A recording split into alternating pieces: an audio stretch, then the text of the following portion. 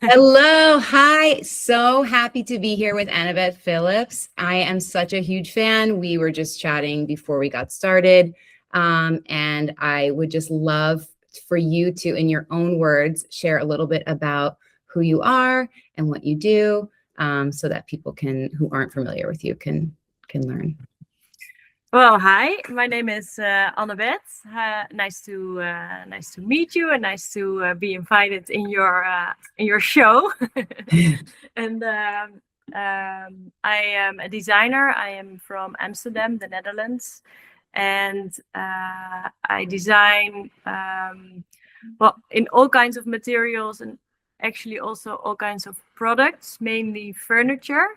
But I recently did some ceramics, and the common thread in my work is that I like to take familiar shapes or things that people are familiar with, and I like to do something extra or put them in another perspective.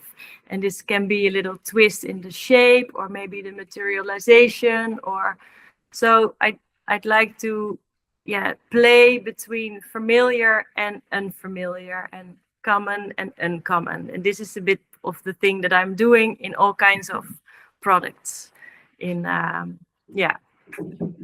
I was just telling Annabeth that I purchased her collection with Cerex, the Belgian brand, on My Teresa. And, I have always loved tabletop.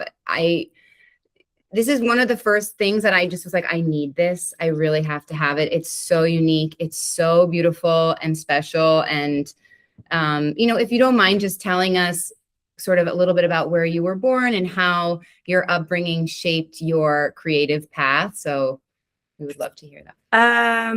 So I was born, and I also, it's so nice that you are actually using them. Love it. I love them. I'm honestly like, they're beautiful. Oh, thank you. Well, so I grew up in a small village in the Netherlands, quite remote actually, and a lot of green grass, trees, and I think in my childhood there was a lot of space and freedom and time, not many people around, and so this not many distractions. And I think this space and time and freedom are sort of creative luxuries. So I could really, as a child, I was always drawing, making things. So we had sheds around the house, and my mother is an artist as well, and so materials were also always sort of around. So Amazing. Being creative was actually part of life. And I think this thing of having an idea and also being able to just create it sort of right away is something that maybe I'm still using or doing in my work now. For example, the cups that you are showing, these are actually translated ceramics. They are translated from cardboard models. So I quickly created these models, and I think there's something really nice in the first prototypes, or the first idea that comes to mind, and then creating something, capturing that. And and I think the place that I grew up really helped. In that. And I like what you said about, green spaces and having that freedom to be outside has really sort of become a luxury, because I think it's so true, and just something to really appreciate now as we all are just so busy all the time. And a good reminder to, if you're feeling stuck, to kind of go outside and be in nature. And, that is really kind of the ultimate source of inspiration. Yeah, and there are so many distractions, and of course, I grew up with only television, but also not that many channels.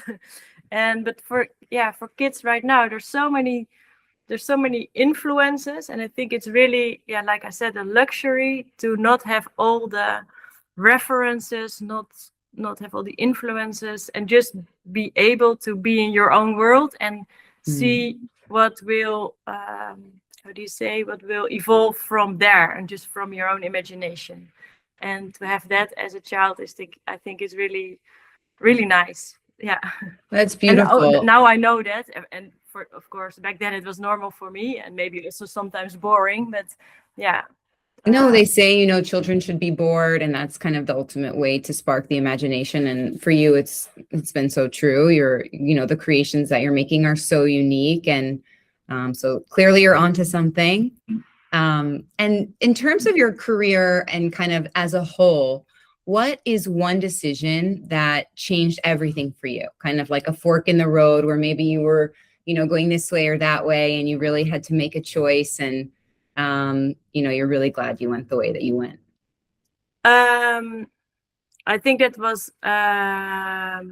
the choice where I went to study, and I studied industrial design engineering at a technical university, and I felt maybe a little bit misplaced there because I'm very more an intuitive maker, and this place was more it was about the engineering side of creating, but it was very good for me. It turned out very good for me because it gave me a really good base or good foundation, and so I learned about materials, about production, about all these things, but I really learned to to turn the idea that you have in reality. So after that, I knew that I could, whatever I would think of, I could also make it, or maybe not myself, but there's a way to make it. And so this is a turning point, or it turned out to be important in my career. And then afterwards, I also worked in for companies in fashion and in furniture design. So this learned me about the more commercial side of creating, and so about making collections and going to factories, and what this is to have a brand and meeting deadlines and all these things. And I think so these two things, my the university and this working experience, was a bridge between this artistic and the more maybe intuitive way of creating, and also really getting it into the world and knowing how this world works. And I think that, go ahead. Yeah, that's what I wanted to say. Yeah. The bridge is the hardest thing to do, I think, to create that bridge from creative to commercial. And so the fact that you were able to do that so successfully, through not only where you went for your education, but also through some of your, employment opportunities. What is one thing that you think women should potentially be told, but maybe they're not, about building a career or building a business? When we talk about like a bridge, I think that balance, it's like a bridge and a balance between creative and commercial. And so maybe something that you wish maybe you were told sooner, or something you think would just be really valuable for other women. I think this is it has to do with especially for women, to really know your own voice, or your own perspective, your own way of seeing things, and to know that this is the most important asset that you have as a creative person. And I think especially for women, because they really maybe learn to, or maybe they tend to act more responsive, and so they in the working atmosphere they are like good communicators. They're good in doing the communication, in doing the work, in knowing what the client wants. So more the reactive side. And I think when you work in a more autonomous way or really stand for your own viewpoint, this is so valuable. And to know and to protect this, I think is really key for every creative person, but especially for women, because they can be more visionary or more No, I have goosebumps because I think every woman is really built to be a bit of a people pleaser. And especially in business, if you start your career working for a boss or trying to kind of come up the ranks, I think being super responsive and almost trying to be anticipatory of other people's needs, it can sort of diminish your own ability to create and be thoughtful around your own potential. And I think that can come with age. And if you're able to sort of, start with that early, it's such a valuable lesson. and I love all that. the other things are also super valuable as well, but it really starts with knowing your own knowing the voice, and also know that is valuable. And I love that. yeah No, that's so true. And that's the perfect, I wish I had heard that more when I was younger, because I think you really hit the nail on the head. And I think you're in your studio now, and my next question is just about environment and kind of how important is your environment when you're creating? Do you like to sort of have a specific atmosphere at work, in your studio, at home? Is that something that you just sort of, it's a part of your process, or is it more deliberate? No, it's really important, because I'm really visually a visual person. So everything around me, I notice, or I find it important. And I think I think everything that you surround yourself with, the environment itself, the stuff in it, but also the books, the people, everything you fill yourself up with, does something with you. So I love that. I like an empty, spacious, light environment, almost like a blank canvas, but then to fill it with the things that I like. So I like maybe some, like I said, books or pictures or reference photos. So it gets filled quite easily, but I like to start empty. So it's, so the ideas or the things can evolve from there, and you almost have space to think or space to create. And so that's what I like in the environment. Yeah. And when I was doing some research on you and just kind of seeing other interviews and, portraiture and things that I saw your space is so beautiful. And I think you're in Amsterdam now. Yeah, Yeah, and it's beautiful where you are. I was like, wow, this is a true visionary creative space. And it is really what you say.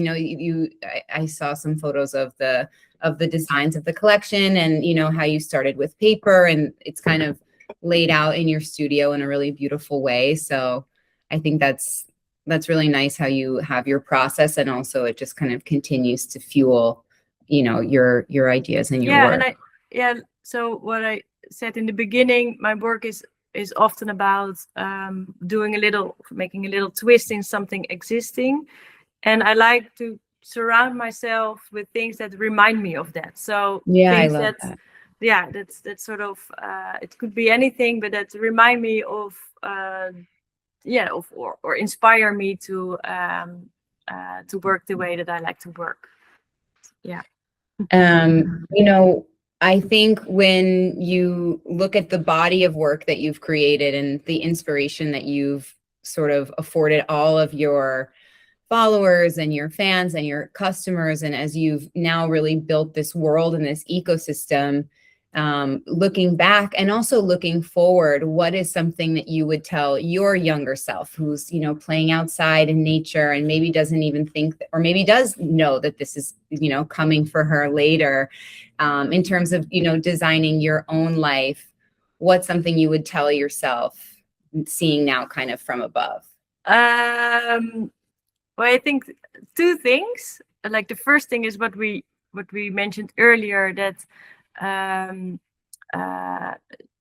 yes, seeing or knowing that the way you see things is a really valuable thing to have. And I was really, and I think everybody who's younger, it was busy with maybe learning more, more education, more validation, more experience, and after a while, it's really, I really realized that these things that are already inside of me, like the way that I see things or the way that are in my head already, this is really really valuable. And I think I would have known that maybe earlier, if that is even possible, because it really also depends with age. But I would really tell myself to